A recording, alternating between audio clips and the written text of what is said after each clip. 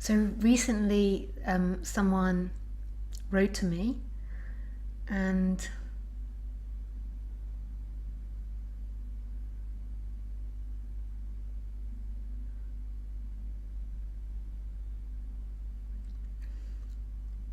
asked me why I always say nice things about myself. But they didn't quite put it like that. The email seemed slightly angry. So they put it in the sense of, are you a narcissist? You compliment yourself and you say nice things about yourself. You said that you're fairly attractive. You said that you've got high intelligence. And maybe I read it wrong. Maybe the person wasn't angry with me, but it sounded like they were angry with me. And I happened to mention it to somebody else, and they said to me, yeah, it doesn't, why do you do that? Why do you say these nice things about yourself? And I thought, internally, I thought that was a bizarre question. So when I was younger, I had very low self-esteem. I was dyslexic at school, so I went through, I think, 13 years of being the bottom at everything. There was nothing I could succeed in because all of it required having good grammar, good spelling, good reading, even sports. I was really good at sports, but I still was the bottom at it because I couldn't spell all the muscles correctly or write it down on paper correctly. Everything in England when I was growing up was very much about written tests. So I failed and failed and failed. The one thing I didn't fail in was, I know actually I did. At school I failed in theatre as well, but outside of school I did fairly well in it, which was a saving grace really, because in every other area I failed. And in this one area I had compliments. And then also I had two parents that were perfectionists, and I love that. I love perfectionists. I often have had partners that are perfectionists, but when you have parents that are perfectionists, then they have very high standards which you have to live up to in certain areas. So there was a lot of areas where I felt like I was a real failure, and I remember even like crying to my parents when I was younger, when I was like 10 or 11 or 12. There was no place in this world for me. There wasn't a place, there wasn't a workplace for me. Like there wasn't something I could do. Everyone else could do things and there wasn't a place for me. And I remember feeling that really young, and it really affected me, low self-esteem. I was also quite plumpy as a child. I wasn't attractive. I wasn't super plumpy, but I didn't become more attractive till I was older, so I didn't grow up with that either as well. I didn't have many things that were reinforcing my self-esteem. And as I got into this spiritual path, I met a teacher who was always super positive about himself. Like everything was super positive. And I remember thinking at the time that he was maybe potentially an idiot, because like how could everything be so positive? And like he used to interpret things and I'd be like, and everything was always positive. Even like if he'd crashed his car, he had a positive spin on it. There was always a positive spin.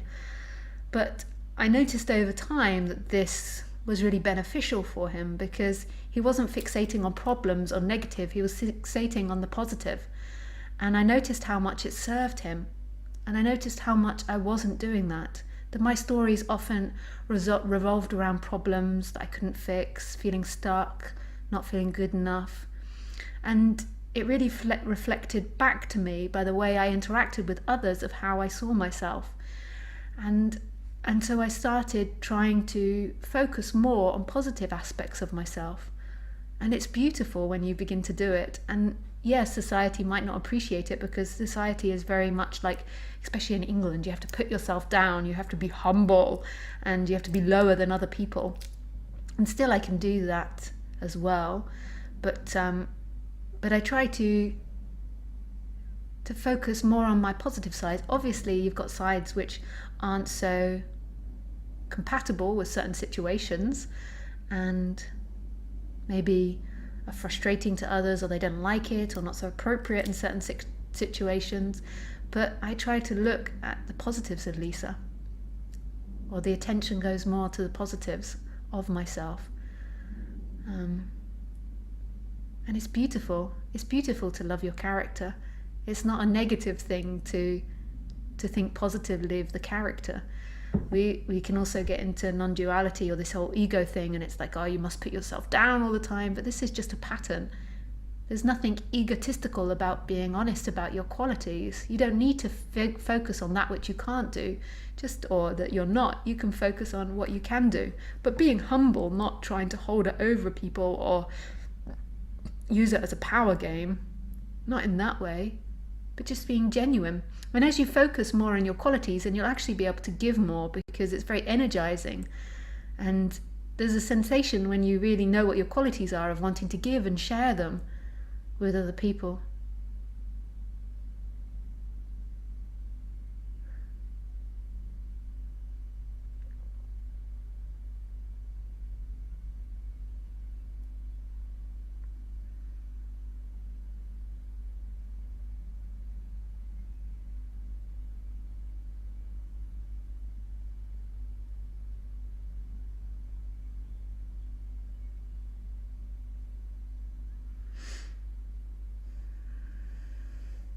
And the more balanced you get on the human level, the more you'll like yourself, you'll fall in love with yourself, you'll appreciate yourself.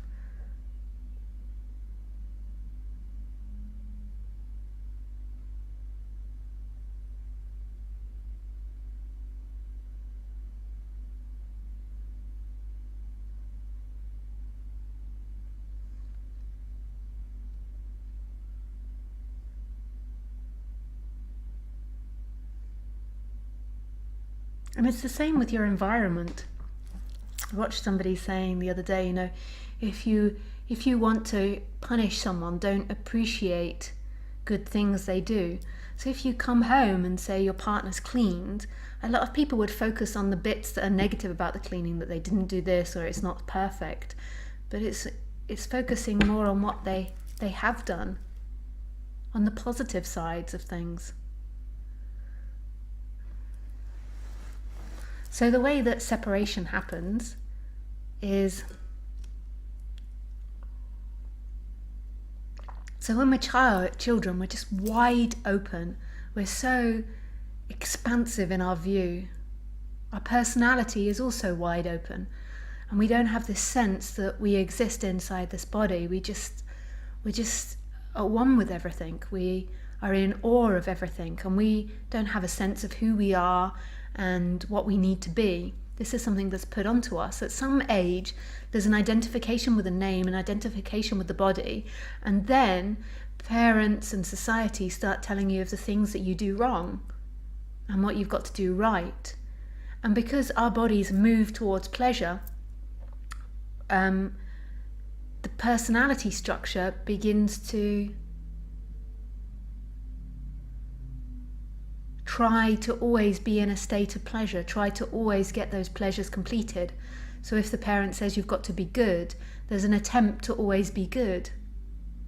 But as that happens, there begins to be a losing of the natural flow, because in that natural flow of the body, there might not have been wanting to be good in certain moments. There might have been wanting to twirl around in a public place or go, yeah, when everyone else is quiet. And it's appropriate to learn the rules of society. I'm not saying disregard it. But if you begin to live your life continuously from going against your natural flow and living in this mental reality of being good, being kind, being ethical, being proper, being efficient, being active, doing things, accomplishing things, being successful, being better. So if you're constantly focusing on that, then what begins to grow is your mind activity about yourself, your imagination of yourself. And you begin to get into stories of feeling like failure, feeling like you can't succeed, feeling like you've done wrong, feeling like you're not good enough. And it over focuses on the imagination and on thinking.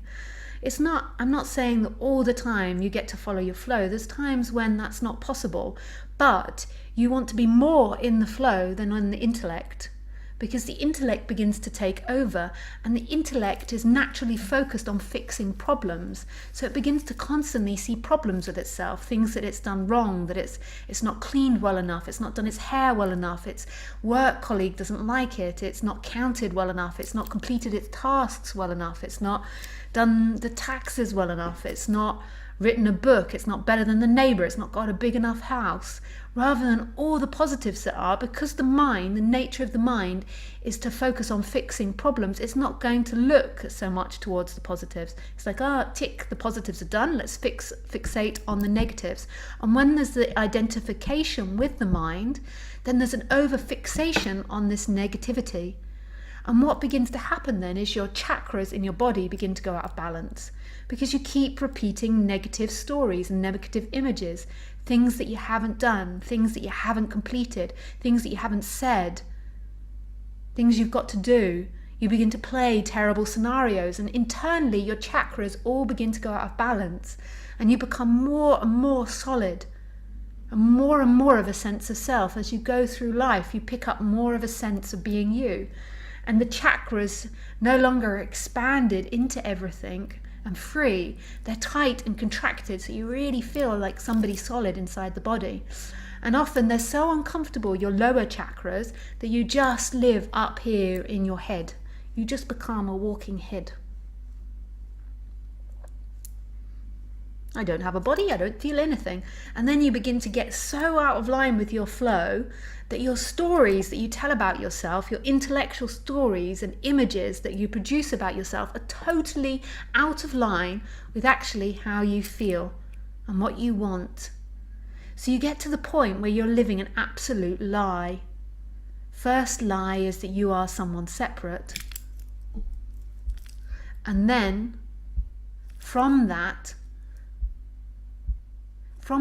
emerges all these other stories of anxieties, of fears, of things you have to do, you haven't done. And you don't even remember initially what you want. And your initial want, your initial flow is like directly out of the amness, out of love. It's like love, your original flow. There is this consciousness, this empty looking, and this I am, and then in pops a want, in pops an image, and then the body moves and the body acts. But when you become so contracted and tight into here, it's gone through hundreds of layers of discomfort, and then suddenly all actions begin to come from lack and fear and discomfort. And it doesn't need to be like that. Life doesn't need to be like that. Your nature is free. Your nature is love and expandedness and emptiness. This emptiness appearing as everything. It's so free. And I'm not saying that the flow's going to be this perfect version that you imagine in your head. The flow is funky. It's got its ups and downs and its roller coasters. It wouldn't be exciting if it didn't, if it was all just running through the fields, like poppy fields, like ah, ah, ah. The fact that you have to do things, and that there's time and there's deadlines, is exciting. Like, imagine if you were playing Mario Brothers and there was no goal. Mario Brothers just had to keep hopping through poppies, the poppy field, and that was all you had to do. You'd be like, the fact that he's got challenges is exciting. We're actually excited by the challenges. As you begin to get into your flow, you feel the excitement of being again, the wonder, like a child.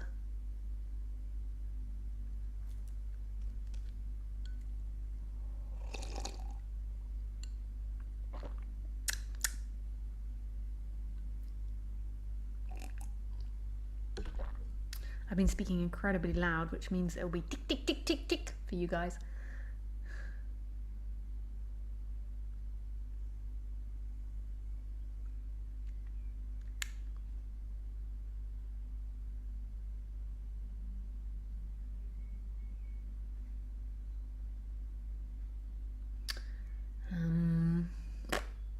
What was I speaking about? Your natural sense of being. And it's like love. And as the human gets more in line with its natural flow, on the human level, it feels like your actions come from love. And you're allowed to pick from that place. If you're really tightly contracted, then you won't be able to hear this, but if you're more open, you're allowed to pick that which you love. You don't have to be driven by fear. And the more that you pick from that place of love, the more that the things that you want and need will come to you. The more that you pick from that place of fear and anxiety and negativity, the more they'll go away from you, that which you want. You don't have to listen to all the fear things of the mind. The mind is helpful to an extent, but it's only... You can also trust this natural flow and just update the mind with information and then let love decide.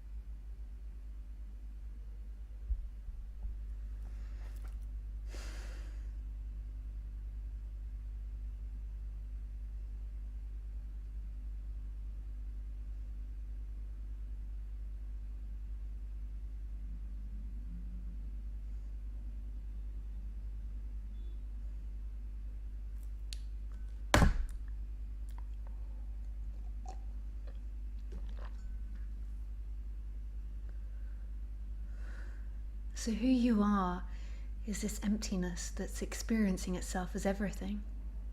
That's who you truly are. This image of yourself, this idea of who you are, is only an idea which is always changing and updating. That's not the looker, that's not the experiencer. It's an experience. Who's experiencing that image of yourself? That person. And we can talk about fixing that image and that person to an extent. It's almost like that person has to relax in order for this to be heard, for this shift to happen. But it's not about becoming a perfect person or an enlightened person. You can't get enlightened as that person because that person doesn't exist.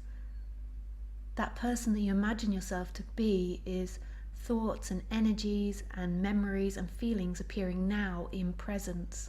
And presence is who you are. And presence doesn't hold on to anything. It doesn't have a memory.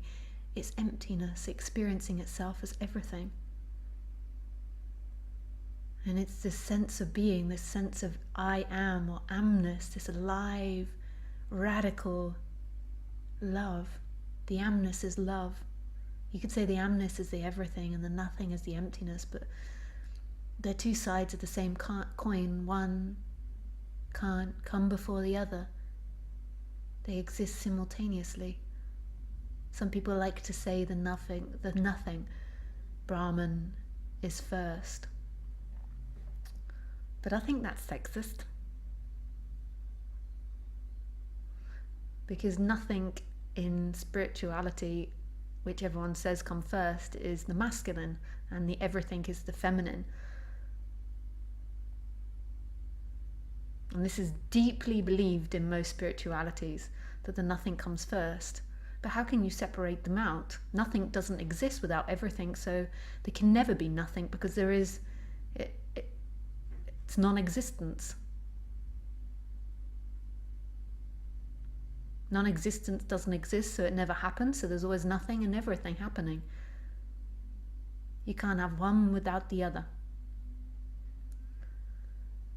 Sometimes they mean it as in like consciousness can see the I am, But as you get to know them better, you realize that there's no separation, that consciousness and the I am is everywhere and everything. That empty looking is actually in all things.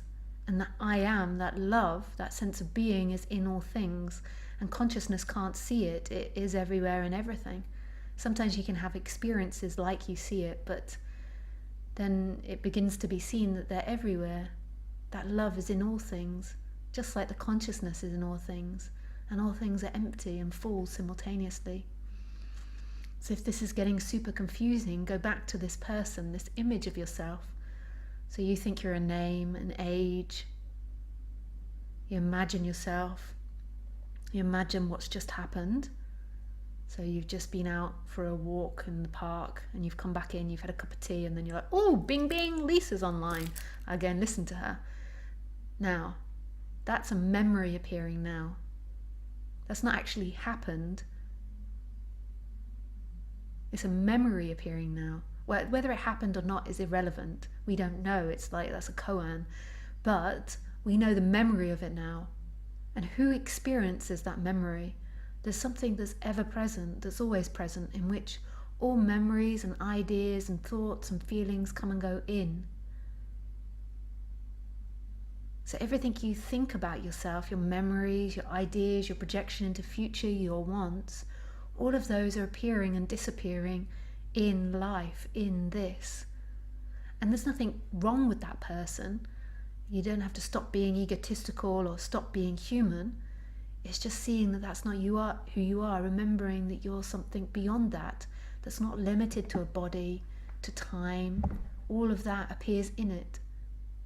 And this never dies. Who you are never dies, never changes, and always is.